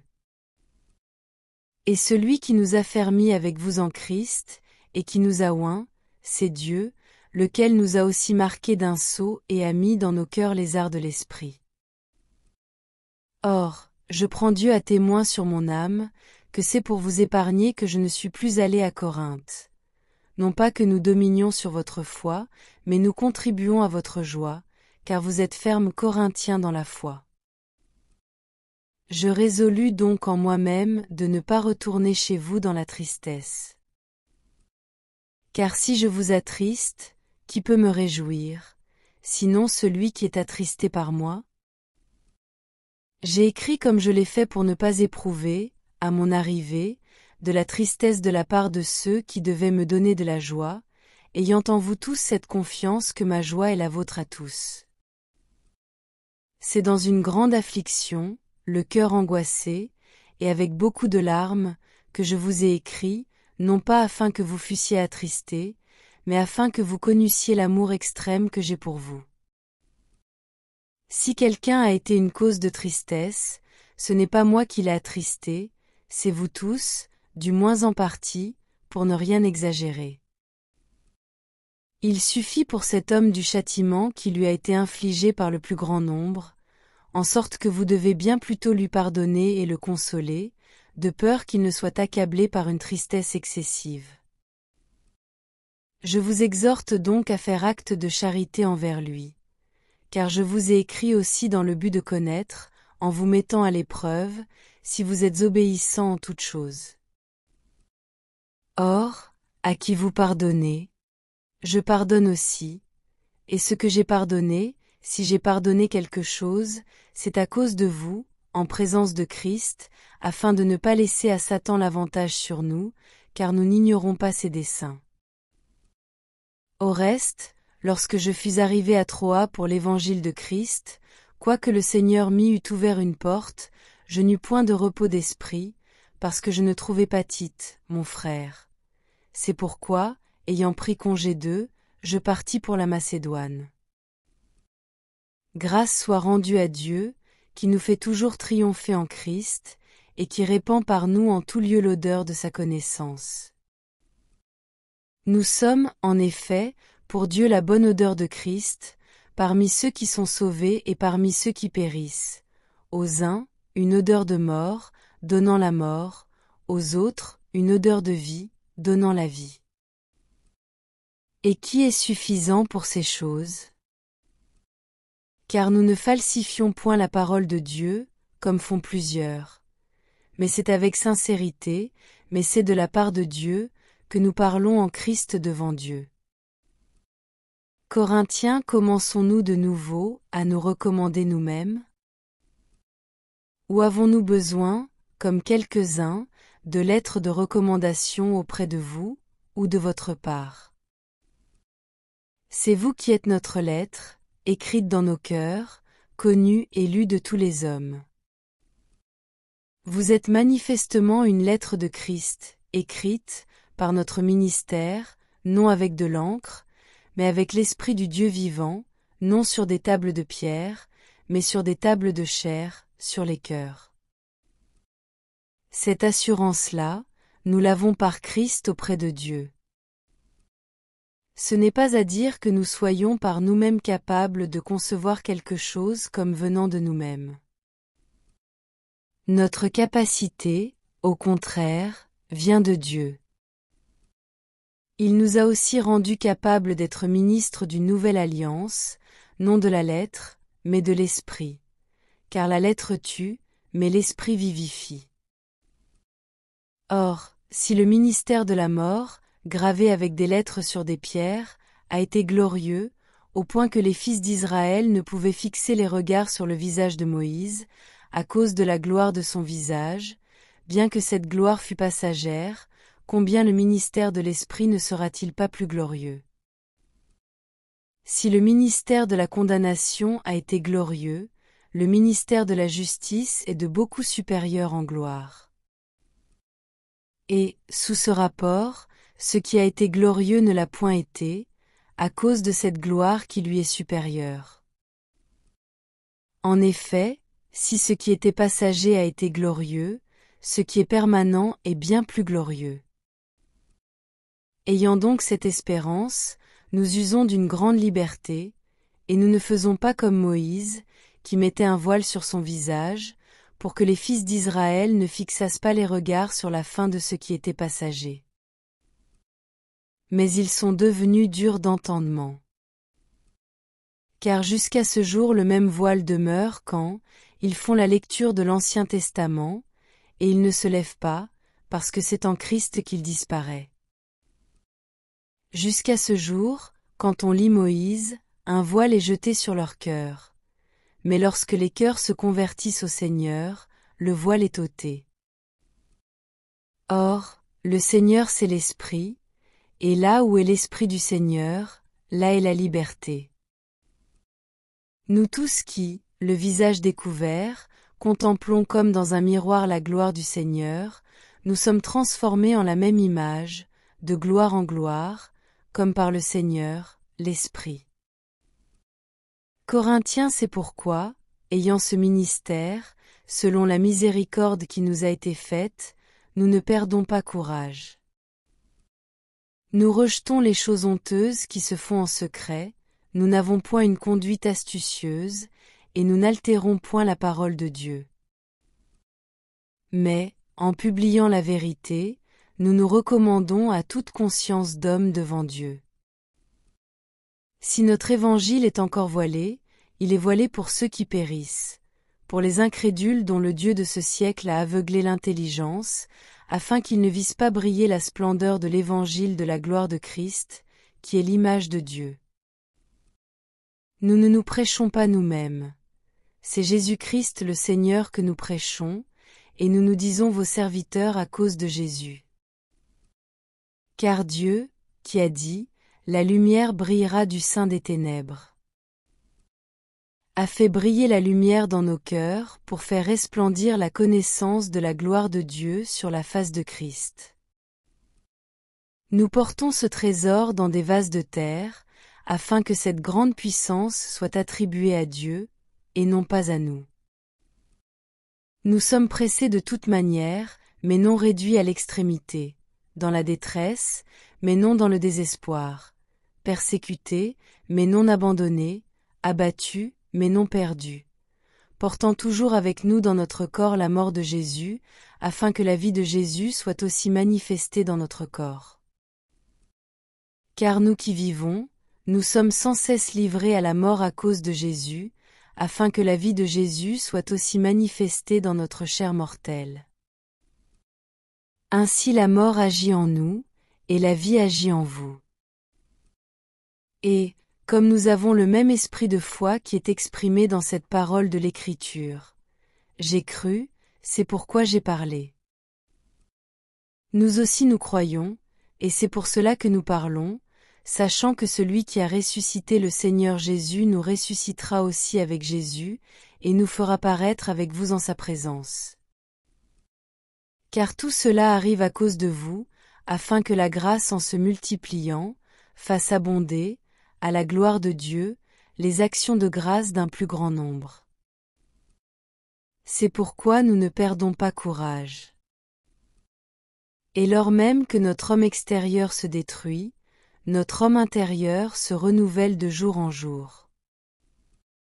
Car nos légères afflictions du moment présent produisent pour nous, au-delà de toute mesure, un poids éternel de gloire, parce que nous regardons, non point aux choses visibles, mais à celles qui sont invisibles. Corinthiens, car les choses visibles sont passagères, et les invisibles sont éternelles. Nous savons, en effet, que, si cette tente où nous habitons sur la terre est détruite, nous avons dans le ciel un édifice qui est l'ouvrage de Dieu, une demeure éternelle qui n'a pas été faite de main d'homme. Aussi nous gémissons dans cette tente, désirant revêtir notre domicile céleste, si du moins nous sommes trouvés vêtus et non pas nus. Car tandis que nous sommes dans cette tente, nous gémissons, accablés, parce que nous voulons, non pas nous dépouiller, mais nous revêtir, afin que ce qui est mortel soit englouti par la vie. Et celui qui nous a formés pour cela, c'est Dieu, qui nous a donné les arts de l'esprit. Nous sommes donc toujours pleins de confiance, et nous savons qu'en demeurant dans ce corps nous demeurons loin du Seigneur. Car nous marchons par la foi et non par la vue, nous sommes pleins de confiance, et nous aimons mieux quitter ce corps et demeurer auprès du Seigneur. C'est pour cela aussi que nous nous efforçons de lui être agréables, soit que nous demeurions dans ce corps, soit que nous le quittions. Car il nous faut tous comparaître devant le tribunal de Christ, afin que chacun reçoive selon le bien ou le mal qu'il aura fait, étant dans son corps. Connaissant donc la crainte du Seigneur, nous cherchons à convaincre les hommes. Dieu nous connaît, et j'espère que dans vos consciences vous nous connaissez aussi. Nous ne nous recommandons pas de nouveau nous-mêmes auprès de vous, mais nous vous donnons occasion de vous glorifier à notre sujet, afin que vous puissiez répondre à ceux qui tirent gloire de ce qui est dans les apparences et non dans le cœur. En effet, si je suis hors de sens, c'est pour Dieu. Si je suis de bon sens, c'est pour vous. Car l'amour de Christ nous presse, parce que nous estimons que, si un seul est mort pour tous, tous donc sont morts, et qu'il est mort pour tous, afin que ceux qui vivent ne vivent plus pour eux-mêmes, mais pour celui qui est mort et ressuscité pour eux. Ainsi, dès maintenant, nous ne connaissons personne selon la chair. Et si nous avons connu Christ selon la chair, maintenant nous ne le connaissons plus de cette manière. Si quelqu'un est en Christ, il est Corinthien une nouvelle créature. Les choses anciennes sont passées, voici, toutes choses sont devenues nouvelles. Et tout cela vient de Dieu, qui nous a réconciliés avec lui par Christ, et qui nous a donné le ministère de la réconciliation. Car Dieu était en Christ, réconciliant le monde avec lui-même, en n'imputant point aux hommes leurs offenses, et il a mis en nous la parole de la réconciliation. Nous faisons donc les fonctions d'ambassadeurs pour Christ, comme si Dieu exhortait par nous, nous vous en supplions au nom de Christ, soyez réconciliés avec Dieu. Celui qui n'a point connu le péché, il l'a fait devenir péché pour nous, afin que nous devenions en lui justice de Dieu. Puisque nous travaillons avec Dieu, nous vous exhortons à ne pas recevoir la grâce de Dieu en vain. Car il dit, « Au temps favorable je t'ai exaucé, au jour du salut je t'ai secouru. » Voici maintenant le temps favorable, voici maintenant le jour du salut. Nous ne donnons aucun sujet de scandale en quoi que ce soit, afin que le ministère ne soit pas un objet de blâme. Mais nous nous rendons à tous égards recommandables, comme serviteurs de Dieu, par beaucoup de patience dans les tribulations, dans les calamités, dans les détresses, sous les coups, dans les prisons, dans les troubles, dans les travaux, dans les veilles, dans les jeûnes. Par la pureté, par la connaissance, par la longanimité, par la bonté, par un esprit saint, par une charité sincère, par la parole de vérité, par la puissance de Dieu, par les armes offensives et défensives de la justice. Au milieu de la gloire et de l'ignominie, au milieu de la mauvaise et de la bonne réputation. Étant regardé comme imposteur, quoique véridique, comme inconnu, quoique bien connu, comme mourant, et voici nous vivons, comme châtiés, quoique non mis à mort, comme attristés, et nous sommes toujours joyeux, comme pauvres, et nous en enrichissons plusieurs, comme n'ayant rien, et nous possédons toutes choses. Notre bouche s'est ouverte pour vous, Corinthiens, notre cœur s'est élargi. Vous n'êtes point à l'étroit au-dedans de nous, mais vos entrailles se sont rétrécies. Rendez-nous l'appareil, je vous parle comme à mes Corinthiens enfants, élargissez-vous aussi. Ne vous mettez pas avec les infidèles sous un joug étranger. Car quel rapport y a-t-il entre la justice et l'iniquité? Ou qu'y a-t-il de commun entre la lumière et les ténèbres? Quel accord y a-t-il entre Christ et Bélial? Ou quelle part a le fidèle avec l'infidèle? Quel rapport y a-t-il entre le temple de Dieu et les idoles? Car nous sommes le temple du Dieu vivant, comme Dieu l'a dit, j'habiterai et je marcherai au milieu d'eux, je serai leur Dieu, et ils seront mon peuple. C'est pourquoi, sortez du milieu d'eux, et séparez-vous, dit le Seigneur. Ne touchez pas à ce qui est impur, et je vous accueillerai. Je serai pour vous un père, et vous serez pour moi des fils et des filles, dit le Seigneur Tout-Puissant. Ayant donc de telles promesses, bien-aimés, purifions-nous de toute souillure de la chair et de l'esprit, en achevant notre sanctification dans la crainte de Dieu. Donnez-nous une place dans vos cœurs. Nous n'avons fait tort à personne, nous n'avons ruiné personne, nous n'avons tiré du profit de personne. Ce n'est pas pour vous condamner que je parle de la sorte, car j'ai déjà dit que vous êtes dans nos cœurs à la vie et à la mort. J'ai une grande confiance en vous, j'ai tout sujet de me glorifier de vous. Je suis rempli de consolation, je suis comblé de joie au milieu de toutes nos tribulations. Car, depuis notre arrivée en Macédoine, notre chair n'eut aucun repos. Nous étions affligés de toute manière, lutte au dehors, crainte au dedans. Mais Dieu, qui console ceux qui sont abattus, nous a consolés par l'arrivée de Tite, et non seulement par son arrivée, mais encore par la consolation que Tite lui-même ressentait à votre sujet. Il nous a raconté votre ardent désir, vos larmes, votre zèle pour moi, en sorte que ma joie a été d'autant plus grande. Quoique je vous ai attristé par ma lettre, je ne m'en repens pas.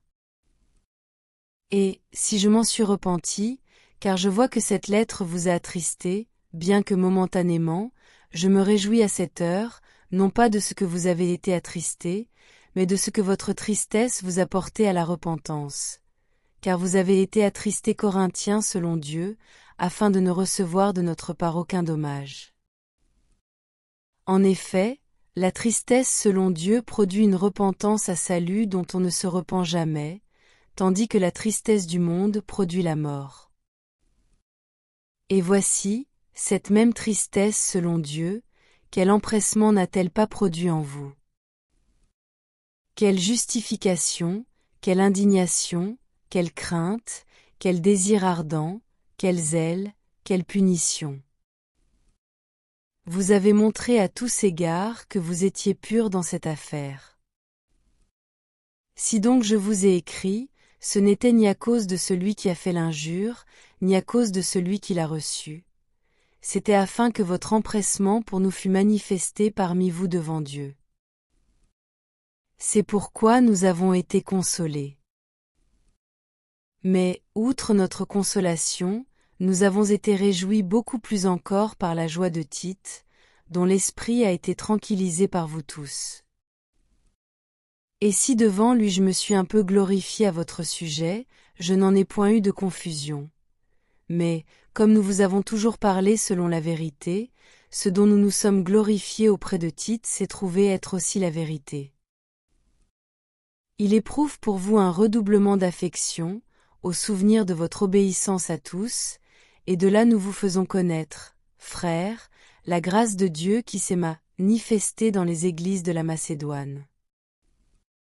Au milieu de beaucoup de tribulations qui les ont éprouvées, leur joie débordante et leur pauvreté profonde ont produit avec abondance de riches libéralités de leur part. Ils ont, je l'atteste, donné volontairement selon leurs moyens, et même au-delà de leurs moyens, nous demandant avec de grandes instances la grâce de prendre part à l'assistance destinée aux saints. Et non seulement ils ont contribué comme nous l'espérions, mais ils se sont d'abord donnés eux-mêmes au Seigneur, puis à nous, par la volonté de Dieu. Nous avons donc engagé Tite à achever chez vous cette œuvre de bienfaisance, comme il avait commencé. De même que vous excellez en toutes choses, en foi, en parole, en connaissance, en zèle à tous égards, et dans votre amour pour nous, faites en sorte d'exceller aussi dans cette œuvre de bienfaisance. Je ne dis pas cela pour donner un ordre, mais pour éprouver, par le zèle des autres, la sincérité de votre charité. Corinthiens, car vous connaissez la grâce de notre Seigneur Jésus-Christ, qui pour vous s'est fait pauvre, de riche qu'il était, afin que par sa pauvreté vous fussiez enrichis. C'est un avis que je donne là-dessus, car cela vous convient, à vous qui non seulement avez commencé à agir, mais qui en avez eu la volonté dès l'année dernière. Achevez donc maintenant d'agir, afin que l'accomplissement selon vos moyens réponde à l'empressement que vous avez mis à vouloir.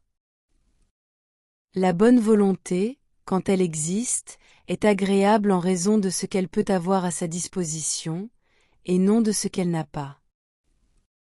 Car il s'agit, non de vous exposer à la détresse pour soulager les autres, mais de suivre une règle d'égalité. Dans la circonstance présente votre superflu pourvoira à leurs besoins, afin que leur superflu pourvoie pareillement au vôtre, en sorte qu'il y ait égalité, selon qu'il est écrit. Celui qui avait ramassé beaucoup n'avait rien de trop, et celui qui avait ramassé peu n'en manquait pas. Grâce soit rendue à Dieu de ce qu'il a mis dans le cœur de Tite le même empressement pour vous. Car il a accueilli notre demande, et c'est avec un nouveau zèle et de son plein gré qu'il part pour aller chez vous.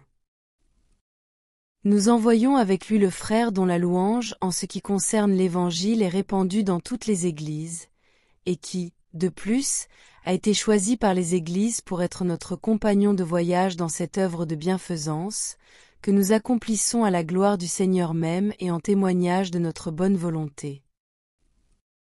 Nous agissons ainsi, afin que personne ne nous blâme au sujet de cette abondante collecte, à laquelle nous donnons nos soins.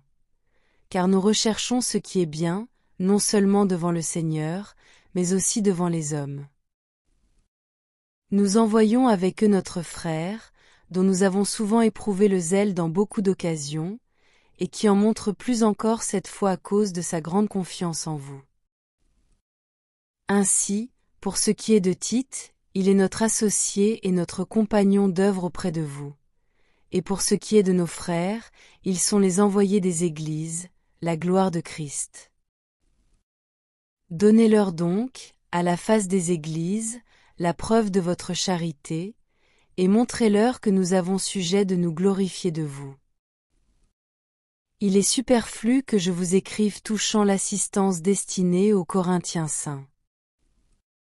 Je connais, en effet, votre bonne volonté, dont je me glorifie pour vous auprès des Macédoniens, en déclarant que l'Achaïe est prête depuis l'année dernière, et ce zèle de votre part a stimulé le plus grand nombre. J'envoie les frères, afin que l'éloge que nous avons fait de vous ne soit pas réduit à néant sur ce point-là, et que vous soyez prêts, comme je l'ai dit. Je ne voudrais pas, si les Macédoniens m'accompagnent et ne vous trouvent pas prêts, que cette assurance tournât à notre confusion, pour ne pas dire à la vôtre. J'ai donc jugé nécessaire d'inviter les frères à se rendre auparavant chez vous, et à s'occuper de votre libéralité déjà promise, afin qu'elle soit prête, de manière à être une libéralité, et non un acte d'avarice. Sachez-le, celui qui sème peu moissonnera peu, et celui qui sème abondamment moissonnera abondamment. Que chacun donne comme il a résolu en son cœur, sans tristesse ni contrainte, car Dieu aime celui qui donne avec joie. Et Dieu peut vous combler de toutes sortes de grâces, afin que, possédant toujours en toutes choses de quoi satisfaire à tous vos besoins, vous ayez encore en abondance pour toute bonne œuvre, selon qu'il est écrit. Il a fait des largesses, il a donné aux indigents, sa justice subsiste à jamais. Celui qui fournit de la semence au semeur, et du pain pour sa nourriture, vous fournira et vous multipliera la semence, et il augmentera les fruits de votre justice. Vous serez de la sorte enrichis à tous égards pour toute espèce de libéralité qui, par notre moyen, feront offrir à Dieu des actions de grâce. Car le secours de cette assistance non seulement pourvoit aux besoins des saints, mais il est encore une source abondante de nombreuses actions de grâce envers Dieu. En considération de ce secours dont ils font l'expérience, ils glorifient Dieu de votre obéissance dans la profession de l'Évangile de Christ, et de la libéralité de vos dons envers eux et envers tous. Ils prient pour vous, parce qu'ils vous aiment à cause de la grâce éminente que Dieu vous a faite. Grâce soit rendue à Dieu pour son don ineffable. Moi Paul, je vous prie, par la douceur et la bonté de Christ, moi, humble d'apparence quand je suis au milieu de vous, et plein de hardiesse à votre égard quand je suis éloigné. Je vous prie, lorsque je serai présent, Corinthiens, de ne pas me forcer à recourir avec assurance à cette hardiesse, dont je me propose d'user contre quelques-uns qui nous regardent comme marchant selon la chair. Si nous marchons dans la chair, nous ne combattons pas selon la chair. Car les armes avec lesquelles nous combattons ne sont pas charnelles, mais elles sont puissantes, par la vertu de Dieu, pour renverser des forteresses. Nous renversons les raisonnements et toute hauteur qui s'élève contre la connaissance de Dieu, et nous amenons toute pensée captive à l'obéissance de Christ. Nous sommes prêts aussi à punir toute désobéissance, lorsque votre obéissance sera complète. Vous regardez à l'apparence. Si quelqu'un se persuade qu'il est de Christ, qu'il se dise bien en lui-même que, comme il est de Christ, nous aussi nous sommes de Christ. Et quand même je me glorifierais un peu trop de l'autorité que le Seigneur nous a donnée pour votre édification et non pour votre destruction, je ne saurais en avoir honte, afin que je ne paraisse pas vouloir vous intimider par mes lettres. Car, dit-on, ces lettres sont sévères et fortes. Mais, présent en personne, il est faible, et sa parole est méprisable. Que celui qui parle de la sorte considère que tels nous sommes en parole dans nos lettres, étant absents, tels aussi nous sommes dans nos actes, étant présents. Nous n'osons pas nous égaler, ou nous comparer à quelques-uns de ceux qui se recommandent eux-mêmes. Mais, en se mesurant à leur propre mesure et en se comparant à eux-mêmes, ils manquent d'intelligence. Pour nous, nous ne voulons pas nous glorifier hors de toute mesure. Nous prendrons, au contraire, pour mesure les limites du partage que Dieu nous a assigné, de manière à nous faire venir aussi jusqu'à vous. Nous ne dépassons point nos limites, comme si nous n'étions pas venus jusqu'à vous, car c'est bien jusqu'à vous que nous sommes arrivés avec l'évangile de Christ. Ce n'est pas hors de toute mesure, ce n'est pas des travaux d'autrui, que nous nous glorifions. Mais c'est avec l'espérance, si votre foi augmente, de grandir encore davantage parmi vous, selon les limites qui nous sont assignées, et d'annoncer l'Évangile au-delà de chez vous, sans nous glorifier de ce qui a été fait dans les limites assignées à d'autres. Que celui qui se glorifie dans le Seigneur. Car ce n'est pas celui qui se recommande lui-même qui est approuvé, c'est celui que le Seigneur recommande. Corinthiens O. Si vous pouviez supporter de ma part un peu de folie. Mais vous, me supportez. Car je suis jaloux de vous d'une jalousie de Dieu, parce que je vous ai fiancé à un seul époux, pour vous présenter à Christ comme une vierge pure. Toutefois, de même que le serpent séduisit Ève par sa ruse, je crains que vos pensées ne se corrompent et ne se détournent de la simplicité à l'égard de Christ. Car, si quelqu'un vient vous prêcher un autre Jésus que celui que nous avons prêché, ou si vous recevez un autre esprit que celui que vous avez reçu, ou un autre évangile que celui que vous avez embrassé, vous le supportez fort bien. Or, j'estime que je n'ai été inférieur en rien à ces apôtres par excellence. Si je suis un ignorant sous le rapport du langage, je ne le suis point sous celui de la connaissance, et nous l'avons montré parmi vous à tous égards et en toutes choses. Ou bien, ai-je commis un péché parce que, m'abaissant moi-même afin que vous fussiez élevés, je vous ai annoncé gratuitement l'évangile de Dieu? J'ai dépouillé d'autres églises, en recevant d'elles un salaire, pour vous servir. Et lorsque j'étais chez vous et que je me suis trouvé dans le besoin, je n'ai été à charge à personne. Car les frères venus de Macédoine ont pourvu à ce qui me manquait. En toute chose, je me suis gardé de vous être à charge, et je m'en garderai. Par la vérité de Christ qui est en moi, je déclare que ce sujet de gloire ne me sera pas enlevé dans les contrées de l'Achaïe. Pourquoi? Parce que je ne vous aime pas. Dieu le sait. Mais j'agis et j'agirai de la sorte, pour ôter ce prétexte à ceux qui cherchent un prétexte, afin qu'ils soient trouvés tels que nous dans les choses dont ils se glorifient. Ces hommes-là sont de faux apôtres, des ouvriers trompeurs, déguisés en apôtres de Christ. Et cela n'est pas étonnant, puisque Satan lui-même se déguise en ange de lumière.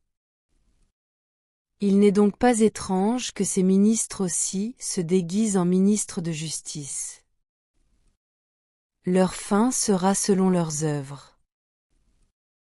Je le répète, que personne ne me regarde comme un insensé. Sinon, recevez-moi comme un insensé, afin que moi aussi, je me glorifie un peu. Ce que je dis, avec l'assurance d'avoir sujet de me glorifier, je ne le dis pas selon le Seigneur, mais comme par folie. Puisqu'il en est plusieurs Corinthiens qui se glorifient selon la chair, je me glorifierai aussi. Car vous supportez volontiers les insensés, vous qui êtes sages. Si quelqu'un vous a servi, si quelqu'un vous dévore, si quelqu'un s'empare de vous, si quelqu'un est arrogant, si quelqu'un vous frappe au visage, vous le supportez. J'ai honte de le dire, nous avons montré de la faiblesse. Cependant, tout ce que peut oser quelqu'un, je parle en insensé, moi aussi, je l'ose. Sont-ils hébreux? Moi aussi. Sont-ils israélites? Moi aussi. Sont-ils de la postérité d'Abraham? Moi aussi. Sont-ils ministres de Christ? Je parle en homme qui extravague. Je le suis plus encore, par les travaux, bien plus, par les coups, bien plus, par les emprisonnements, bien plus. Souvent en danger de mort, 5 fois j'ai reçu des Juifs 40 coups moins 1, 3 fois j'ai été battu de verge, 1 fois j'ai été lapidé, 3 fois j'ai fait naufrage, j'ai passé un jour et une nuit dans l'abîme. Fréquemment en voyage, j'ai été en péril sur les fleuves, en péril de la part des brigands, en péril de la part de ceux de ma nation, en péril de la part des païens, en péril dans les villes, en péril dans les déserts, en péril sur la mer, en péril parmi les faux frères. J'ai été dans le travail et dans la peine, exposé à de nombreuses veilles, à la faim et à la soif, à des jeûnes multipliés, au froid et à la nudité. Et, sans parler d'autre chose, je suis assiégé chaque jour par les soucis que me donnent toutes les églises. Qui est faible, que je ne sois faible. Qui vient à tomber, que je ne brûle. S'il faut se glorifier, c'est de ma faiblesse que je me glorifierai. Dieu, qui est le Père du Seigneur Jésus, et qui est béni éternellement, c'est que je ne mens point. À Damas, le gouverneur du roi Aréta faisait garder la ville des Damascéniens, pour se saisir de moi. Mais on me descendit par une fenêtre, dans une corbeille, le long de la muraille, et j'échappai de leurs mains. Il faut se glorifier. Cela n'est pas bon. J'en viendrai néanmoins à des visions et à des révélations du Seigneur. Je connais un homme en Christ, qui fut, il y a 14 ans, ravi jusqu'au 3e ciel, si ce fut dans son corps je ne sais, si ce fut hors de son corps je ne sais, Dieu le sait. Et je sais que cet homme, si ce fut dans son corps ou sans son corps je ne sais, Dieu le sait, fut enlevé dans le paradis, et qu'il entendit des Corinthiens paroles ineffables qu'il n'est pas permis à un homme d'exprimer. Je me glorifierai d'un tel homme, mais de moi-même je ne me glorifierai pas, sinon de mes infirmités. Si je voulais me glorifier, je ne serais pas un insensé, car je dirais la vérité, mais je m'en abstiens, afin que personne n'ait à mon sujet une opinion supérieure à ce qu'il voit en moi ou à ce qu'il entend de moi. Et pour que je ne sois pas enflé d'orgueil, à cause de l'excellence de ces révélations, Il m'a été mis une écharde dans la chair, un ange de Satan pour me souffleter et m'empêcher de m'enorgueillir. 3 fois j'ai prié le Seigneur de l'éloigner de moi, et il m'a dit, « Ma grâce te suffit, car ma puissance s'accomplit dans la faiblesse. » Je me glorifierai donc bien plus volontiers de mes faiblesses, afin que la puissance de Christ repose sur moi. C'est pourquoi je me plais dans les faiblesses, dans les outrages, dans les calamités, dans les persécutions, dans les détresses, pour Christ. Car, quand je suis faible, c'est alors que je suis fort. J'ai été un insensé, vous m'y avez contraint. C'est par vous que je devais être recommandé, car je n'ai été inférieur en rien aux apôtres par excellence, quoique je ne sois rien. Les preuves de mon apostolat ont éclaté au milieu de vous par une patience à toute épreuve, par des signes, des prodiges et des miracles. En quoi avez-vous été traités moins favorablement que les autres églises, sinon en ce que je ne vous ai point été à charge? Pardonnez-moi ce tort. Voici, pour la 3e fois je suis prêt à aller chez vous, et je ne vous serai point à charge. Car ce ne sont pas vos biens que je cherche, c'est vous-même. Ce n'est pas, en effet, aux enfants à amasser pour leurs parents, mais aux parents pour leurs enfants. Pour moi, je dépenserai très volontiers, et je me dépenserai moi-même pour vos âmes, dussé-je, en vous aimant davantage, être moins aimé de vous. Soit. Je ne vous ai point été à charge, mais, en homme astucieux, je vous ai pris par ruse. Ai-je tiré du profit de vous par quelqu'un de ceux que je vous ai envoyés? J'ai engagé Tite à aller chez vous, et avec lui j'ai envoyé le frère. Est-ce que Tite a exigé quelque chose de vous? N'avons-nous pas marché dans le même esprit, sur les mêmes traces? Vous vous imaginez depuis longtemps que nous nous justifions auprès de vous. C'est devant Dieu, en Christ, que nous parlons. Et tout cela, Corinthiens bien-aimés, nous le disons pour votre édification. Car je crains de ne pas vous trouver, à mon arrivée, tel que je voudrais, et d'être moi-même trouvé par vous tel que vous ne voudriez pas. Je crains de trouver des querelles, de la jalousie, des animosités, des cabales, des médisances, des calomnies, de l'orgueil, des troubles. Je crains qu'à mon arrivée mon Dieu ne m'humilie de nouveau à votre sujet, et que je n'ai à pleurer sur plusieurs de ceux qui ont péché précédemment et qui ne se sont pas repentis de l'impureté, de l'impudicité et des dissolutions auxquelles ils se sont livrés. Je vais chez vous pour la 3e fois. Toute affaire se réglera sur la déclaration de 2 ou de 3 témoins. Lorsque j'étais présent pour la 2e fois, j'ai déjà dit, et aujourd'hui que je suis absent je dis encore d'avance à ceux qui ont péché précédemment et à tous les autres que, si je retourne chez vous, je n'userai d'aucun ménagement, puisque vous cherchez une preuve que Christ parle en moi, lui qui n'est pas faible à votre égard, mais qui est puissant parmi vous. Car il a été crucifié à cause de sa faiblesse, mais il vit par la puissance de Dieu. Nous aussi, nous sommes faibles en lui, mais nous vivrons avec lui par la puissance de Dieu pour agir envers vous. Examinez-vous vous-même, pour savoir si vous êtes dans la foi, éprouvez-vous vous-même. Ne reconnaissez-vous pas que Jésus-Christ est en vous?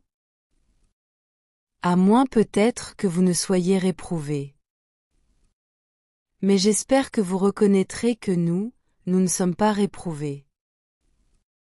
Cependant nous prions Dieu que vous ne fassiez rien de mal, non pour paraître nous-mêmes approuvés, mais afin que vous pratiquiez ce qui est bien et que nous soyons comme réprouvés.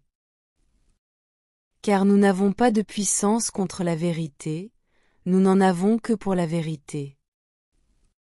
Nous nous réjouissons lorsque nous sommes faibles, tandis que vous êtes forts, et ce que nous demandons dans nos prières, c'est votre perfectionnement. C'est pourquoi j'écris ces choses étant absent, afin que, présent, je n'ai pas à user de rigueur, selon l'autorité que le Seigneur m'a donnée pour l'édification et non pour la destruction.